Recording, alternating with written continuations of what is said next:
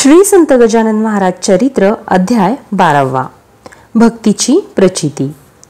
अकोल्यास बच्चूलाल अग्रवाल नावाचा एक श्रीमंत मारवाडी होता.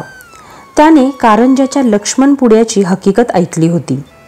महाराज त्याची परीक्षा पाहावयास अकोल्यास आले. बच्चूलालच्या घरी ओट्यावर ते बसले. महाराज घरी आलेले पाहून त्यास आनंद झाला.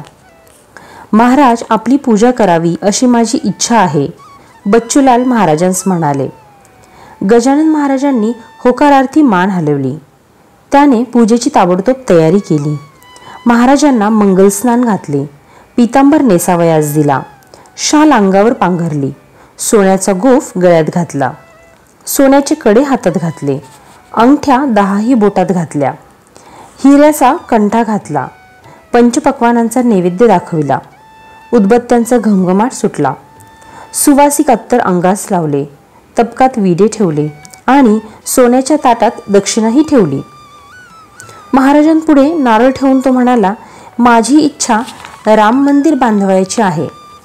महाराजांनी त्यास आशीर्वाद दिला व म्हणाले, तुझी इच्छा पूर्ण होईल.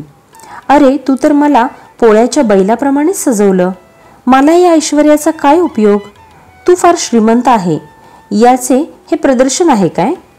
मी संन्यासी आहे, हे तुझं तुला लखला बसो. अंगावरची वस्त्र व दागिने काढून चहूकडे फेकून दिले. 2 पेढे खाऊन महाराज निघून गेले. लोक म्हणाले, बच्चूलालाचा उदारपणा महाराजांनी जाणला, पण लक्ष्मण घुडेचं मन संपत्तीत होतं म्हणून त्याची ही गती झाली. धन्य धन्य हा बच्चूलाल. ज्याच्यावर संतांची खरी कृपा असते त्यास काहीच कमी नसते. अकोल्यात बच्चूलालाने महाराजांचा शोध घेतला, पण गजानन महाराज त्यास कुठेही दिसले नाही. पितांबर नावाचा शिंपी महाराजांचा भक्त होता.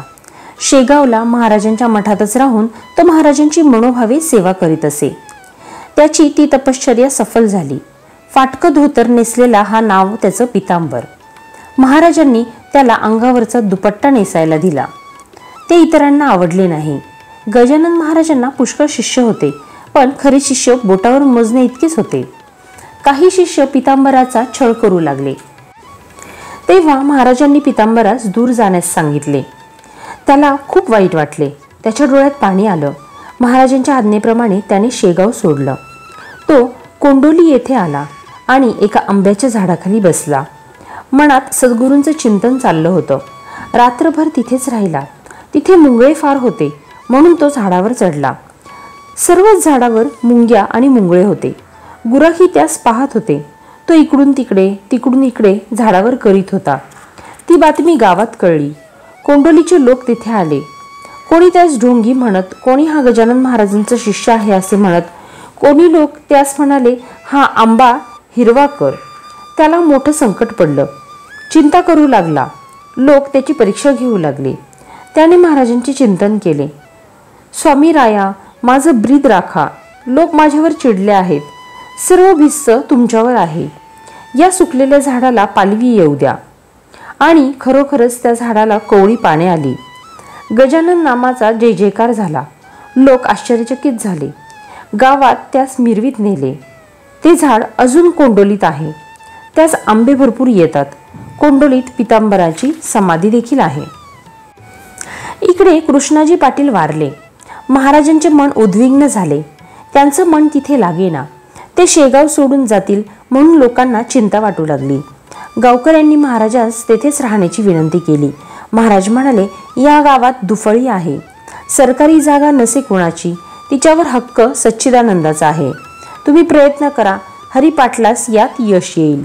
मंडळी हरिपाटलाकडे गेली. सरकारी जागेची मागणी केली. 1 एकर जागा अर्ज केल्यामुळे मिळाली. नंतर पुढे विचार करू अशी सरकारी सूत्रांकडून सहानुभूती मिळाली. वर्गणी जमा होऊ लागली. महाराजांच्या म्हणण्याप्रमाणे मठाच्या कामास सुरुवात झाली. इथे अध्याय 12वा समाप्त होत आहे. या आणि अशाच महाराजांच्या अनेक लीला आपल्याला पुढील अध्यायामध्ये ऐकायच्या आहेत.